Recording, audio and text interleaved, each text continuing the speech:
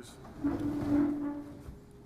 I pledge allegiance to the flag of the United States of America and to the republic for which it stands, one nation, under God, indivisible, with liberty and justice for all.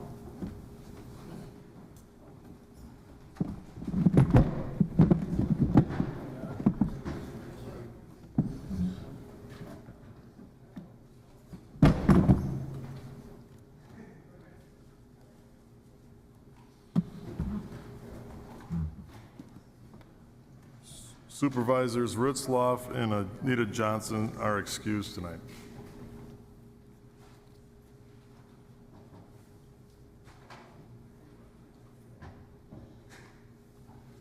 We'll open up to citizen comments. Not done yet. They're not.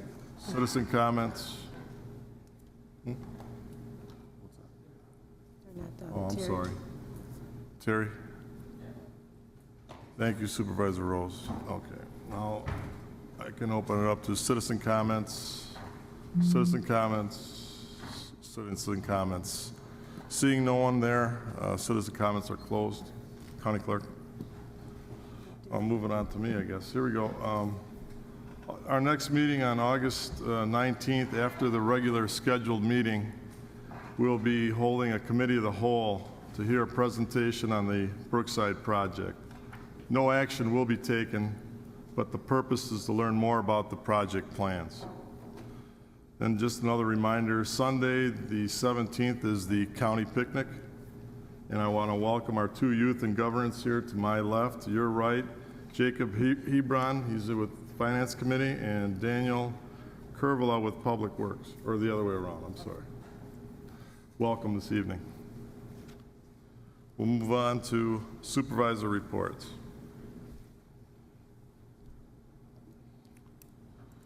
Supervisor Hallman. Thank you, Mr. Chairman. Two things. First from NACO. Some of you probably noticed when you came in, there is a number of quote-unquote resources, if you will, from the National Association of Counties on a variety of issues.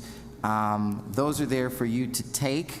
I tried to grab two of everything. So for those of you that are committee chairs, you noticed when you came in on the right-hand side of your desk, there's a pile of those resources that pertain to your committee. Some of those are duplicate items that are also sitting out there. Also, all of you were emailed just now at the start of this meeting a listing of all of those documents. So if there's particularly something that you're interested in, you can see particular committee chair, or you might even find it outside sitting on the table.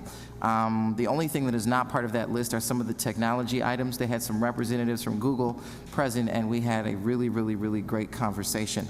In addition to that, all of you, I believe, have beads on your desk. That includes Corporation Counsel. I thought I would try to bring a little something home. I want to make an apology to all of you right now. I tried on 2 counts to try to do a Google Hangout once, one live from New Orleans and then another one back home. Unfortunately, it didn't function quite the way I had anticipated, so I'm going to have to try to tinker with that and work out whatever the bugs are so that next time it can run a little smoothly. And we can have better communication about how to do that. So that's a screw up on my end, and I apologize for that. Beyond that, just some general notes about the conference. The Transportation Steering Committee, as well as all the other steering committees from NACO, were given the directive from former President Linda Langston to tighten down their lobbying platforms. There were some things that had been there for years that were no longer applicable for the organization to lobby on, changes in law and so forth. And also just to make it much easier for staff when they go to the Hill. As a member of the Transportation Steering Committee, one of the things that we also tightened down in addition to our committee platform were the items that we felt were important for the upcoming reauthorization of MAP 21, which is the big transportation legislation. And for us, that probably doesn't sound necessarily like a big deal, but there's 2 things that you should keep in mind. One, we do paving for highways. We do highway work and highway maintenance, and there's federal funds available to do that.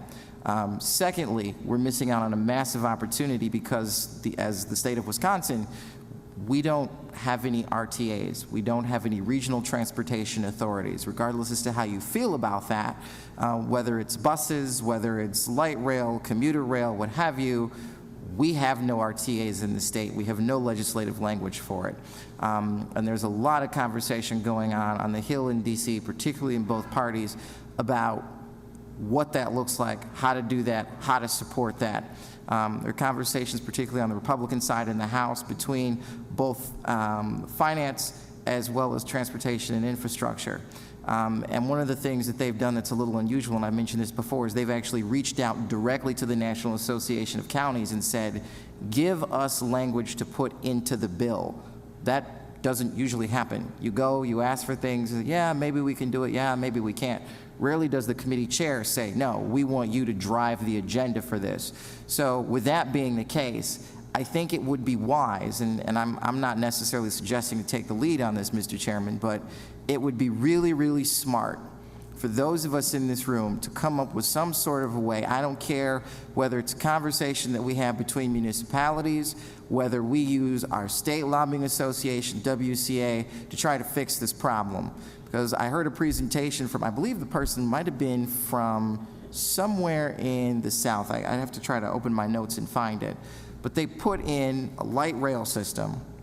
I'm not suggesting that we do this, but he said between the two endpoints of that rail system, there was nothing in the middle. And over the course of about 7, 8, 9, 10 years, they generate something like 70% of their property tax revenue from just along that corridor alone. That's huge. That's massive. And so I know we've got folks commuting north-south, and we've got folks who would like to commute east to west, and there's some difficulty with that. If the state's not going to take a lead on it, certainly we at the local level can be smart enough and apply our time, our talent, our intelligence to try to solve that problem. I think that's really major. And certainly there's a lot of stuff from NACO that we can sort of use to figure out how best to do that. In addition to that, one of the things that they unveiled that I want to try to get us set up with, and this is really important, is something called CIC, County Information Connection. And what that is, it's basically an interactive map, and those of you that have decided to have Surface tablets for this term, you're going to be, you have a jump on this. I mean, I might try to actually schedule a session for us to utilize this. It's an interactive map online that has over 500 different data sets. So think, for those of you that have been here, every time you ask the question, I wonder what other counties look like. How much are they generating in terms of sales tax? How much are they generating in terms of property tax revenue? How many bridges do they own? How large is their county board? Do they actually have staff? What does that look like? What do their education statistics look like? You now have a chance to compare across all 50 states, as well as, I believe, Washington, D.C., the 3,069 counties in this nation across 500 data points.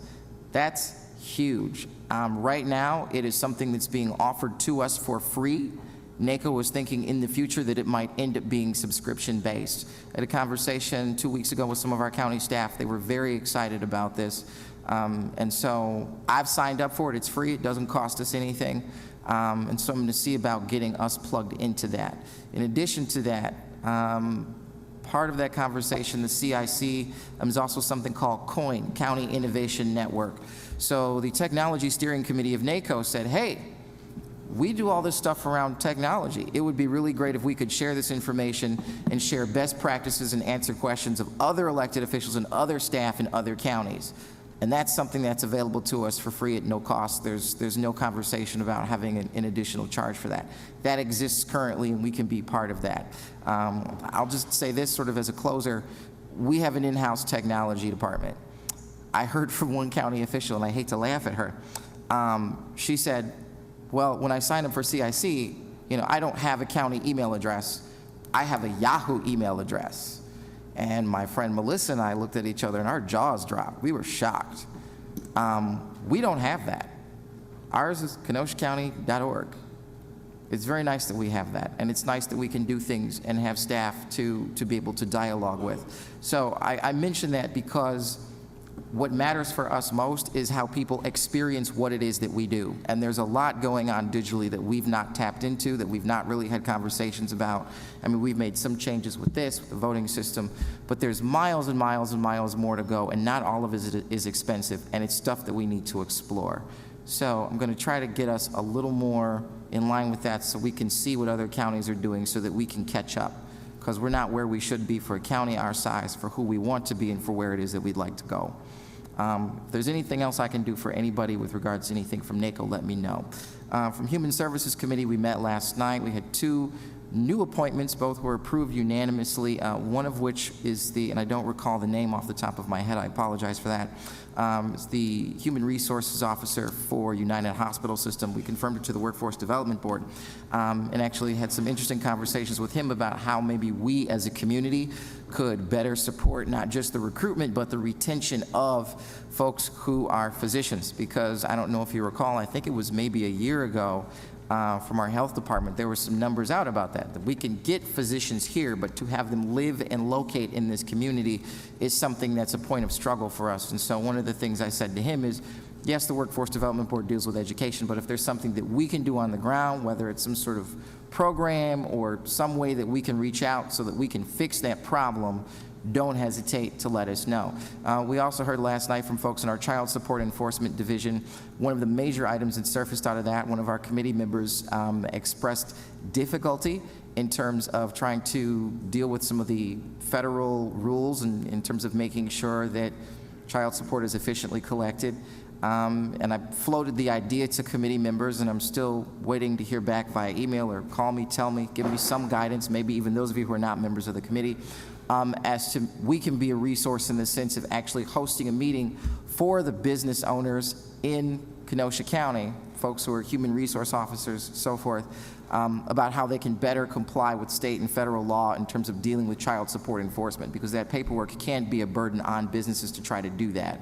So it's one of those positive good governance things that we can do to help people comply with the law and make sure that kids and families get what they need. It sounds like a win for everybody. So if that sounds something like we should do, it's not going to cost us anything. It's a matter of getting a room, setting up a day and a time, and placing a few phone calls. We can make that happen without a lot of work and a lot of effort. So let me know if that sounds something we'd want to do.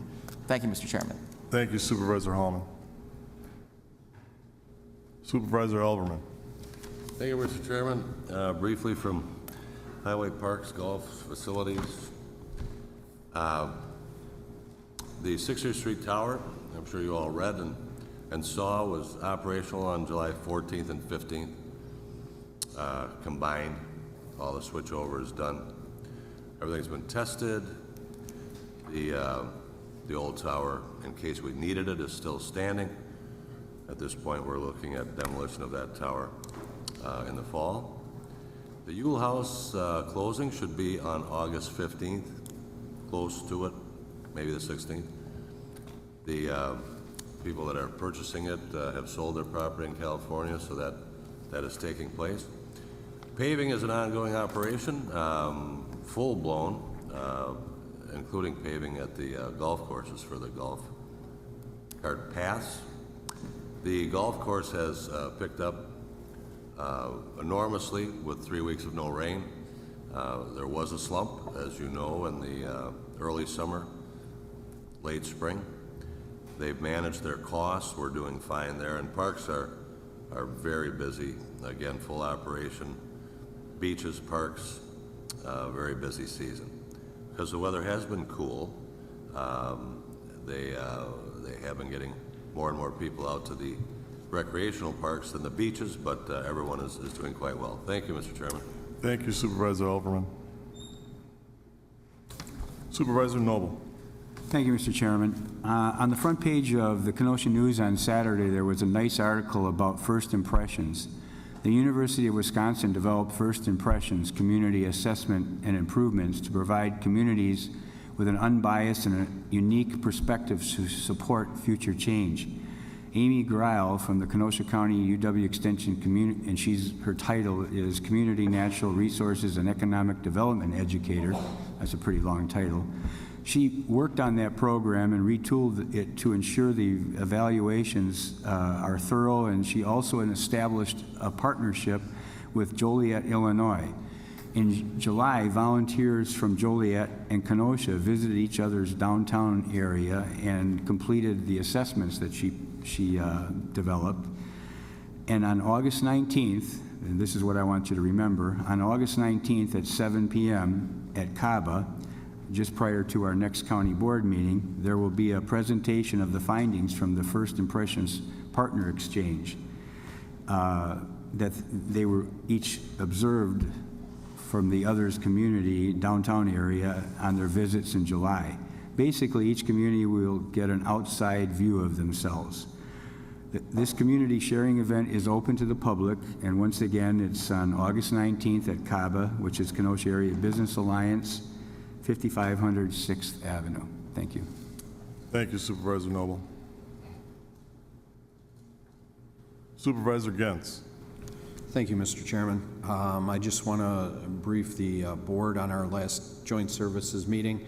The last time I talked about it, the evaluation committee was working through the bids that were received, and they came up with a recommendation to send on to the steering committee, which then met and selected New World to go into contract negotiations with. So that is where that situation is. That can last anywhere from 10 weeks to a whole year. So we're kind of waiting to see how that plays out, and I will report back to you throughout so that we know where that is.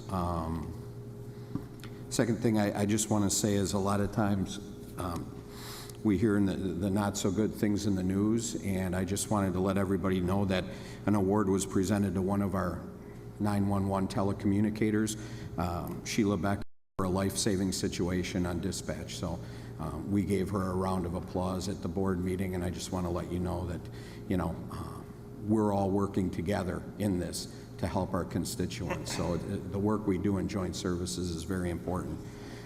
That's all I have. Thank you, sir. Thank you, Supervisor Gens. Seeing no more lights, County Clerk. County Executive Appointments, 18, Robert Stoll to serve on the Kenosha County Zoning Board of Adjustments. Refer to Planning, Development, and Education Committee. 19, Joe Huck to serve on the Kenosha County Land Information Council. Refer to Planning, Development, and Education Committee, please. 20, Supervisor Ronald Johnson to serve on the Brookside Board of Trustees.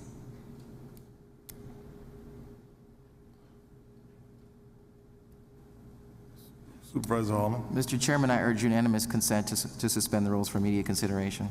It's been moved for a suspension, seconded by Supervisor Arrington.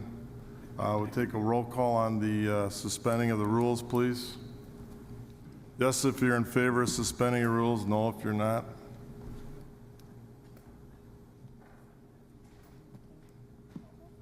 Yeah, I know.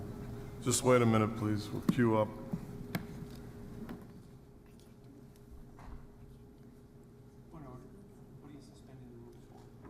To appoint Ronald Johnson to the Brookside Board immediately versus going to committee. Him only. No, just the last one, number 20. Just the last one.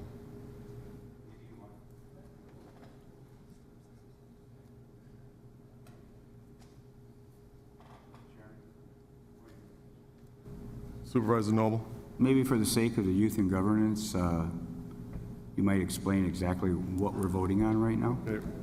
Basically, what we're doing right now, instead of referring our County Board Supervisor, Ronald Johnson, to his appointment on the Brookside trustees to go to a committee, we're suspending those rules by voting in favor of just appointing him and putting him straight on to the Brookside Board of Trustees. I think everybody in this building here knows Ron and his character and all what he's done for the county. He's got an extensive resume, and I don't think he needs to be vetted through the Human Services Committee. That's why we're suspending the rules. Does that make sense? Thank you. Okay. Now Now you can vote. Yes, and if you're in favor, no if you're not. Suspending the rules.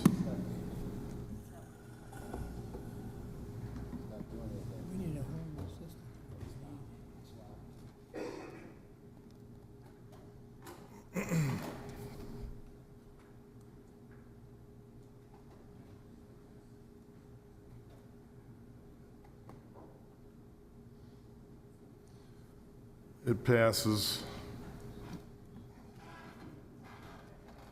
Now, to suspend the rules, now by a voice vote, all those in favor of putting Ronald Johnson onto the Brookside Board of Trustees, vote aye. Aye. Those opposed? Ayes have it. Thank you. Policy resolution, second reading to required.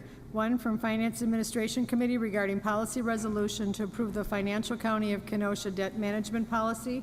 Rose, yes. Ron Frederick, yes. O'Day excused. Colmeyer excused. Brunick, yes. Gentz, yes. Dodge, yes.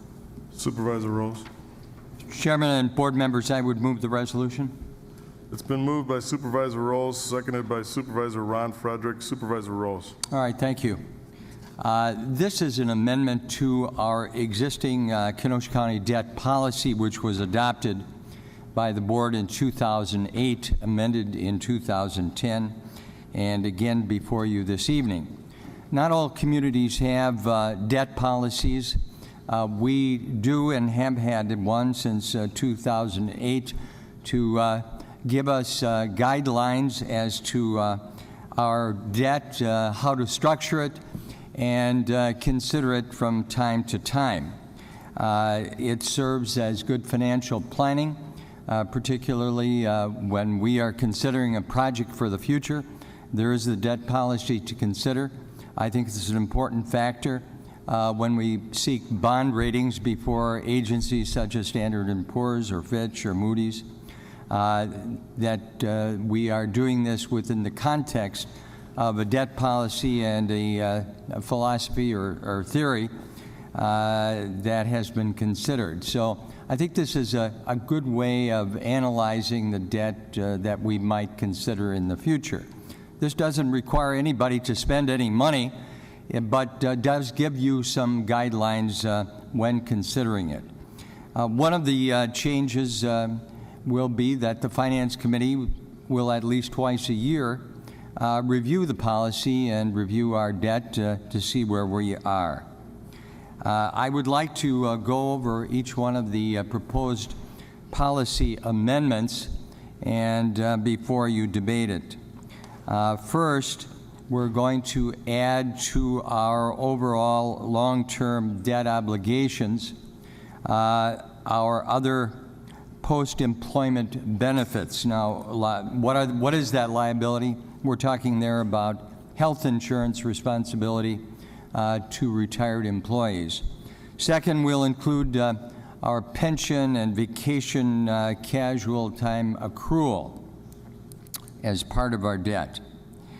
The next item to be considered is to allow the county board to suspend the legal limits established in the event that our tax base or population projections erode or decline due to some unusual economic circumstances that happened during the recent recession. Again, this is only there in the event that sometime in the future we experience something like we had in this recession or in the 1930s depression.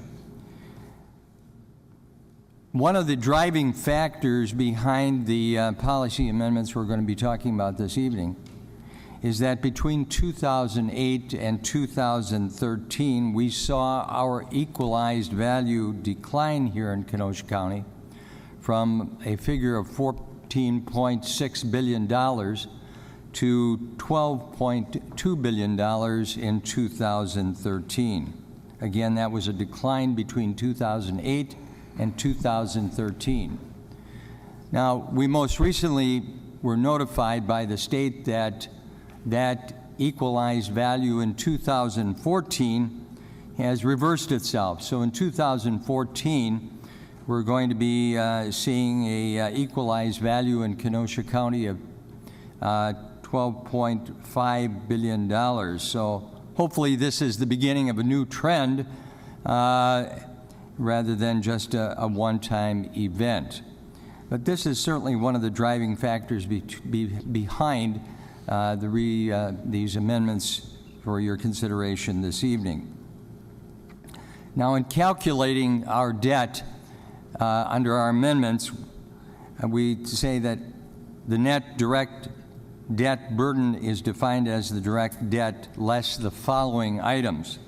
First of all, what is our overall debt here in Kenosha County in 2014? It's $99.1 million.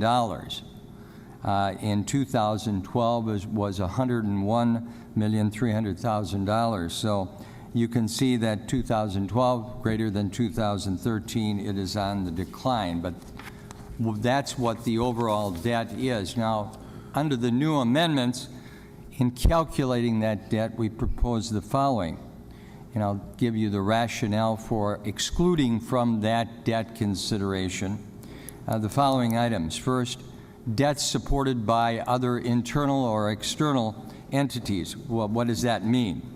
If these other entities are paying the debt themselves, we're not going to consider it as part of the taxpayer's obligation. That's why we're excluding it. What might that be?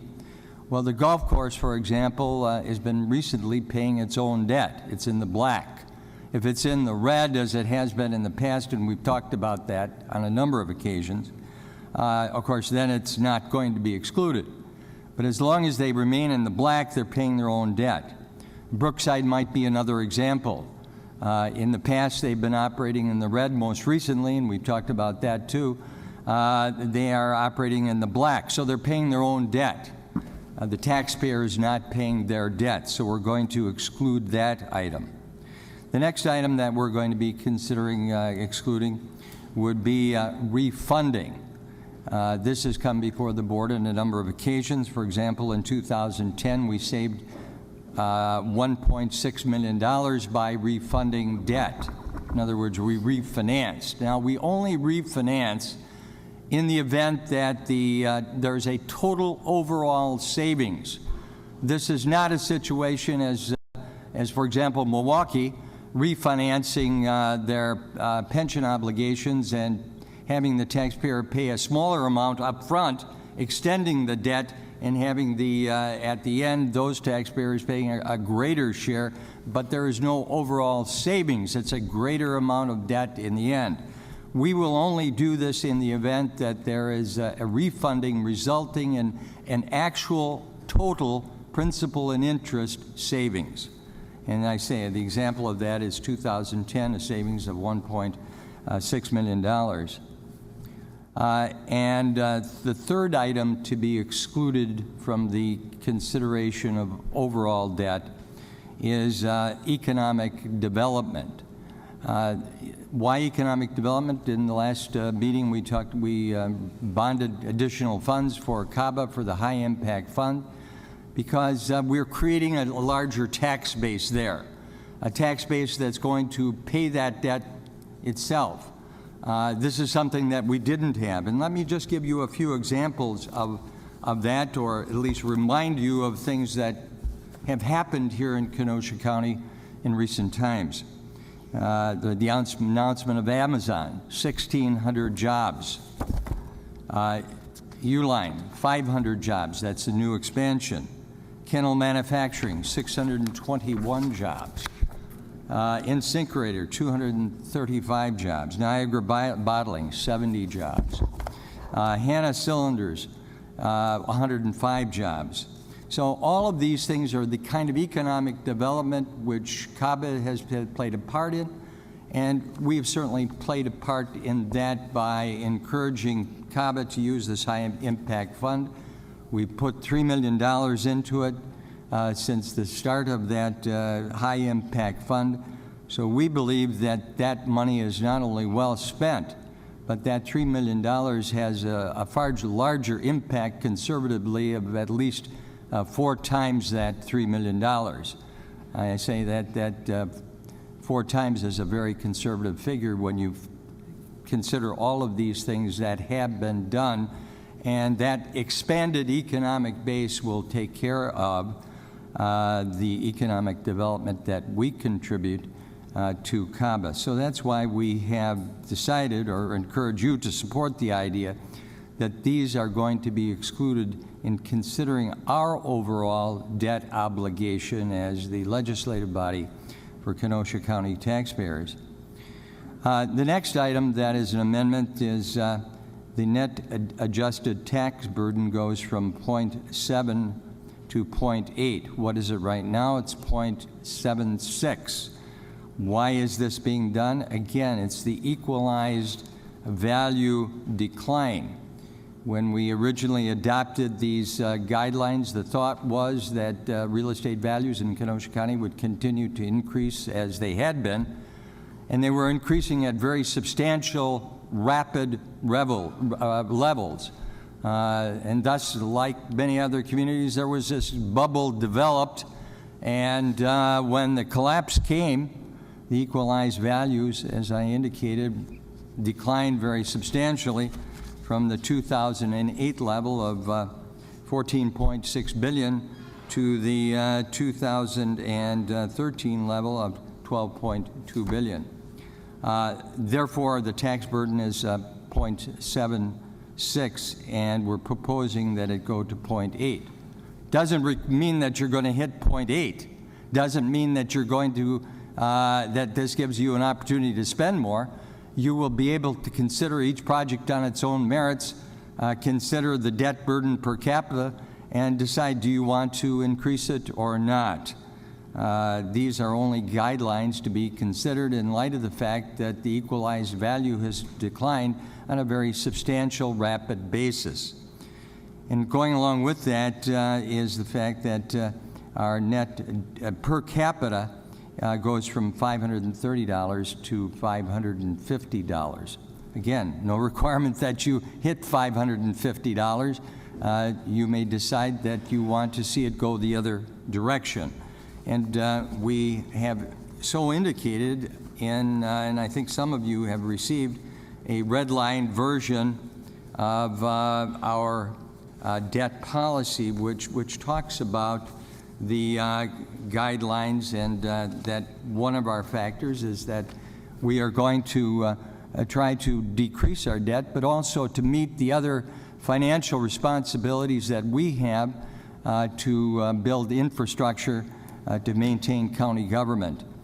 The next item here that we're asking for your consideration is the direct debt utilization of no more than 20% of the statutory allowed debt capacity. What does that mean? Well, that is really a restriction on spending, because if you just looked at the state statute and said, well, what do the state statutes say about this? It is certainly substantially more. In putting this in terms of numbers, this 20% of the statutory allowed debt capacity for Kenosha County would be $125 million versus the state statutory allowance of some $625 million. So you can see this is a far more conservative approach.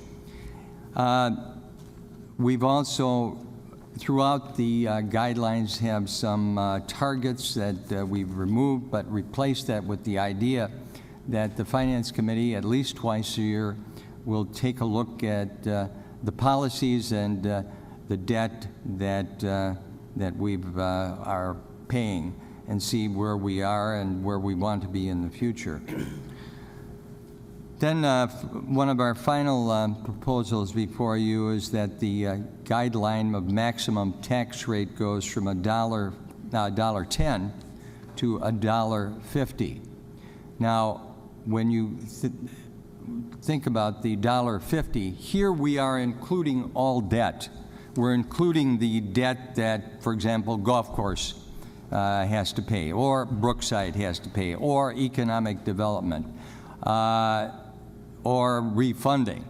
We're taking into account all of those things and setting the $1.50 up from $1.10. So this is not subterfuge to exclude those items so that the debt burden really increases more than it appears.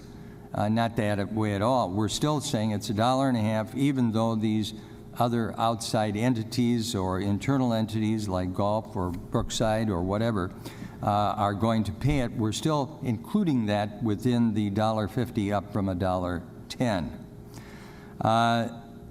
I think that pretty much covers all of the points here, and the committee has carefully considered this for the last 2 months. We started reviewing it in June. It was presented to us, I think, very ably by the Budget Director and Finance Director. committee debated it, unanimously endorsed it, and we ask for endorsement this evening. Thank you.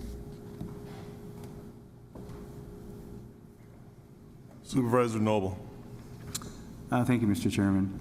I'm curious to hear the opinion of our bond counsel with respect on how this will be perceived by the bond rating agencies, Standard & Poor's and Moody's, specifically with regards to that excluding the internal debt on things like the golf course and Brookside, because, you know, we never know for sure if those particular entities are going to be supporting themselves or they're going to be, you know, fall onto the taxpayer. So just want to know, I want to be assured that how the rating agencies will perceive this.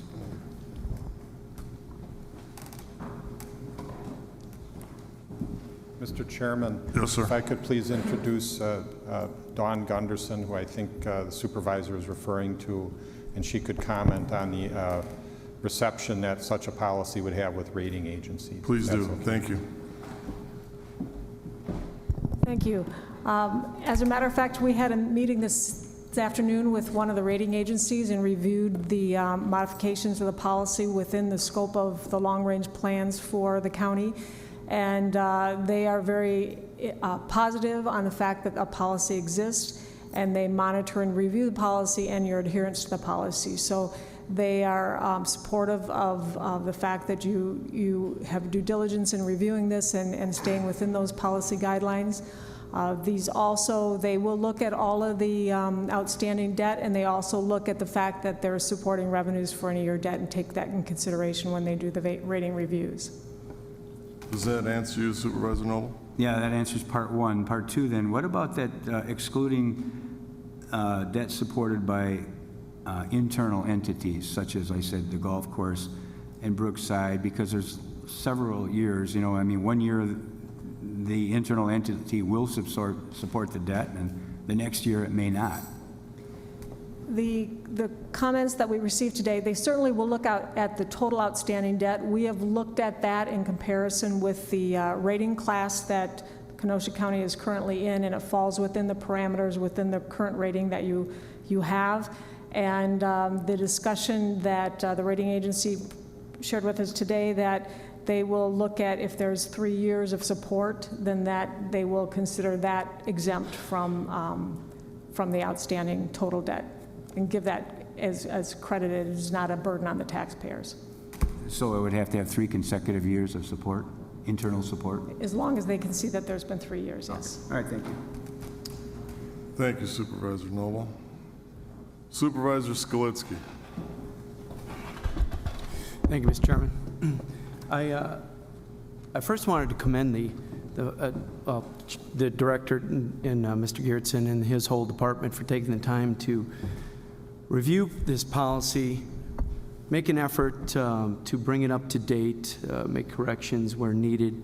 I think that it could be very commendable and should be done on a more regular basis with many policies that exist, because we all have seen entities, whether it's in the private or public sector, where they're passed and they're never looked at again. They grow outdated, and it was good to see that we're trying to bring this thing a little bit more in line with actually what is taking place. I spent a little time on the phone with Mr. Geertsen and Mr. Schwartz, just going over some of the details of what was happening and why the changes. Obviously, going from 0.7 to 0.8 is required because we're already out of compliance with the current policy. However, at current equalized values, it's approximately an increase or a ceiling increase of about $12 million, which is a lot of money. So one of the questions I asked was, what were we able to retire this year? And apparently for 2014, we're going to retire just slightly less than $12 million, which is great. I always like to see our debt burden reduced, the burden on the taxpayers reduced, and hopefully someday actually even give some relief to our taxpayers. So overall, I think that the policy is overdue with regards to an update. But there's one area that I had done some investigating on, and Mr. Geertsen was able to clarify for me, and it was, I believe, passed in 08, But then, after the equalized value drop that we've seen since 09, 10, it was suspended in 12, and I believe then it was also suspended in 13. So based on that and the other amendments that are being proposed, I am making a motion to add an amendment to the procedure as written, and it would be under the limitations on issuance of debt, paragraph A, subparagraph I or 1. And if you get to the second last statement that says, in the event that the tax base or population projection decline due to unusual economic conditions, a suspension of the debt policy may be considered by action of the county board, and this is the amendment, and requires a 2/3 majority of the entire board membership to suspend. And that is the only change in that particular paragraph. The reason I feel that that is a justifiable correction is I want to make sure that isn't a simple majority that is able to come in and edit or change this policy, that everybody realizes that it's a significant change and one that should be taken very seriously. And so it'll require support of the majority of the representatives of the taxpayers of Kenosha County, so that we understand if we're going to increase or change this, and hopefully we can decrease it, but if we're going to increase it, it doesn't become another fiasco like we see at the federal level with regards to the debt ceiling that just never seems to stop increasing. So I take this very seriously, and I'm going to make that amendment. There was a second amendment, but it was clarified for me on the intent and the question, so I'm going to hold back on that. It's been moved and seconded by Supervisor Decker. Is there any more discussion on the amendment? Does everyone okay. Still got to vote on the amendment. Supervisor Rose. I would just remind you and point out that a 3/4 vote is required for adoption of any kind of debt. So if you want to issue debt, it requires a 3/4 vote. Understand, that has strictly to do with the policy. I'm not opposing it, I'm just pointing that out, that there already is in current procedures and statutory requirements that the board by a 3/4 vote bond for anything. So if it's whether it's a majority or 2/3, I don't think really makes any difference, because to go into debt initially requires a 3/4 vote of the board. But to change the policy, it's only a simple majority.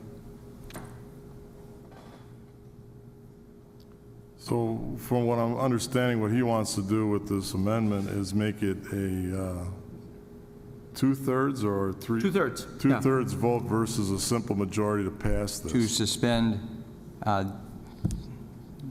To suspend or change this policy, correct? Because I'm- we've done it in the past. yes. And I understand about the 3/4, okay?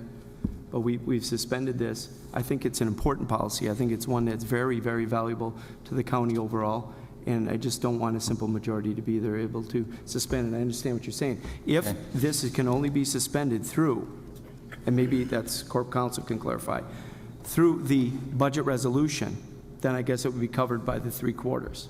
So what you're proposing is that the legal limits would be suspended only with 2/3 majority of the board. No, suspension of this policy. All right. See, allow for the county board, so it would allow for the county board to suspend the legal limits established in this policy by a 2/3 vote in the event that the tax base or population projections decline due to unusual economic circumstances. That's the way the proposal reads now. What triggers it is either in the event that the tax base or population projections decline due to unusual economic conditions would require a two-thirds vote. Correct. What I'm asking is, if the only way that this policy can be suspended is through a budget resolution, then it's covered. But right now, nowhere in this policy does it tell or does it say anything with regards to what is required to suspend the policy.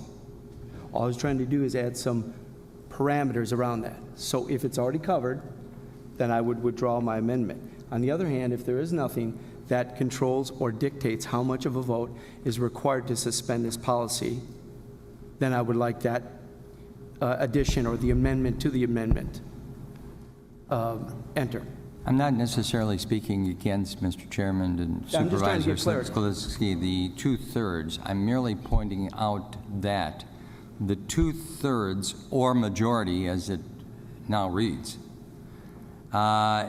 suspends legal limits established in the policy in the event that the tax base or population projections decline due to unusual economic conditions. That's the amendment. Yes, I understand. All right. I understand what is written, the original amendment, okay? I've got the red line in front of me. All I was adding is after may be considered by All right, what page action are you on? I'm on, it would be on my version, the red line, which Yes. isn't going to match with yours, maybe? Page 3, top, right after board membership, to suspend. That's all I'm saying. All right. Now, if that's covered by, and it can only be done by, the budget resolution, and that's 3/4, currently, then I don't need that amendment in there. I just want not a simple majority to suspend this. That's my point. Again, I'm satisfied with the two-thirds. Right, the two-thirds, and maybe Mr. Gertzen could speak to this as well, but I believe what you're asking is addressed. It would be the two-thirds, correct? Vote. The resolution to, if you're trying to change the policy resolution, you want to make sure that they can't do that without a two-thirds vote of the board, correct? A minimum, yes. A minimum, and I believe that is correct right now. That's what's in place. Mr. Gersey, could you come up and try to clarify Well, that I for us, think please? the way it would read then, would be in the event that the tax base or population projection decline due to unusual economic conditions, a suspension of the debt policy may be considered by action of the county board by a two-thirds vote, is the amendment, correct? More or less, yes, correct. I mean, I had a few more words in there, but if you want to truncate it down, I'm okay with that.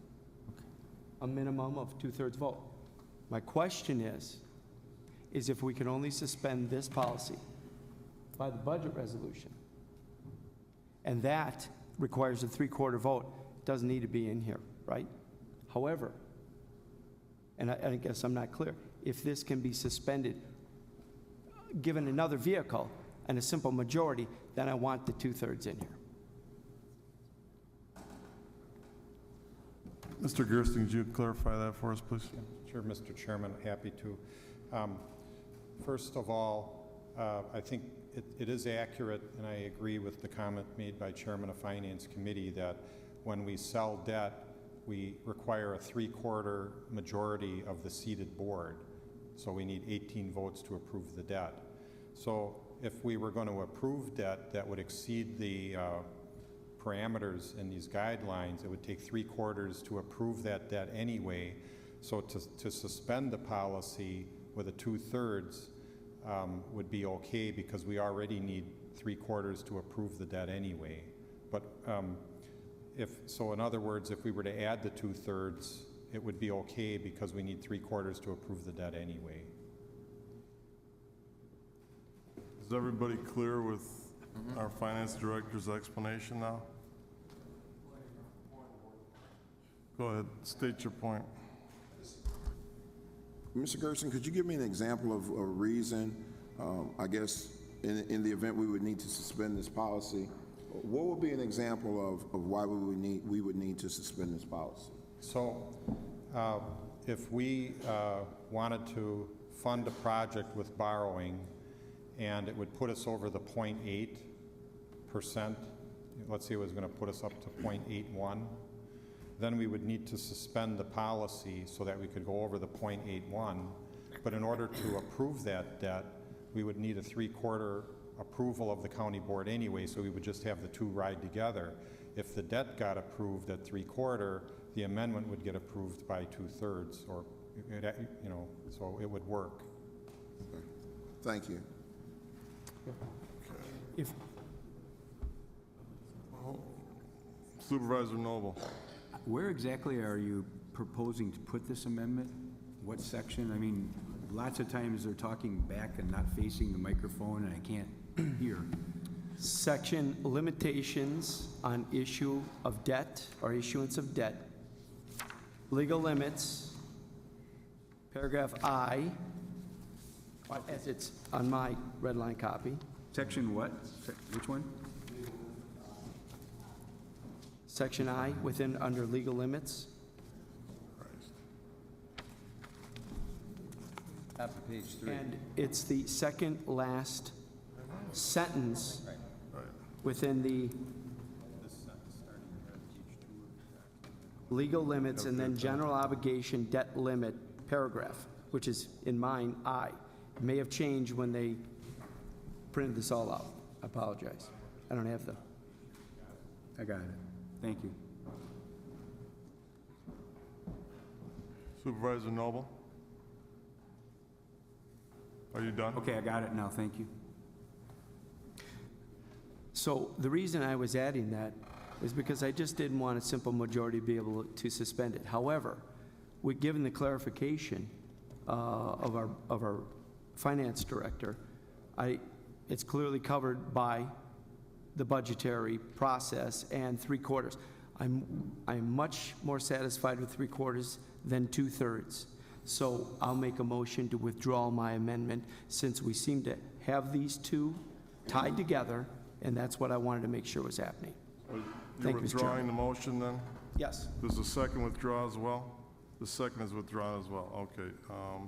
Supervisor Grady, you wish to speak yet? Yeah, the motion has been rescinded, and the second has also been rescinded. We're on the main motion. Can't hear. I got it, okay, right there, now try it. How are we doing now? I raised it up. Through the chair to our Chairman of Finance. Supervisor Rose, you made a comment earlier on that when we take a look at these internal and external entities, and we consider golf and Brookside to now be excluded from these particular debt concerns because they are in the black, they're making money, that part's understood. If I understood you correctly, you made a comment to the extent that if they were to go into the red, they would be then added back into the debt load, is that correct? Yes. Can you show me in this document where that occurs? Show the county board, rather.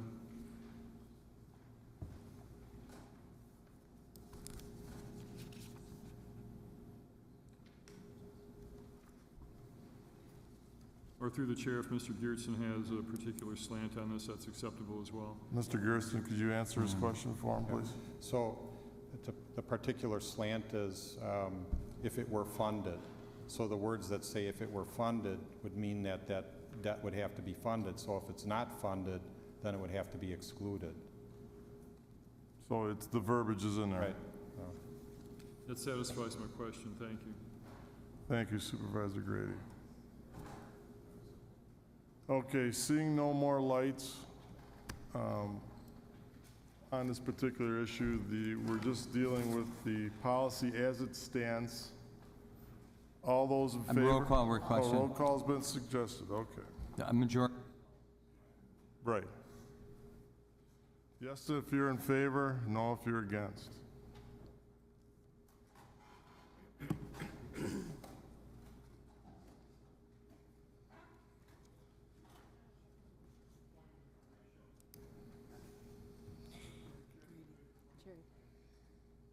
State your point. Is my vote going to be registered for this? Sure, we can. Does not appear as though it is at the moment, that's my comment. How would you wish to vote? I vote aye. Aye, okay. Thank you. It passes 19-2. Moving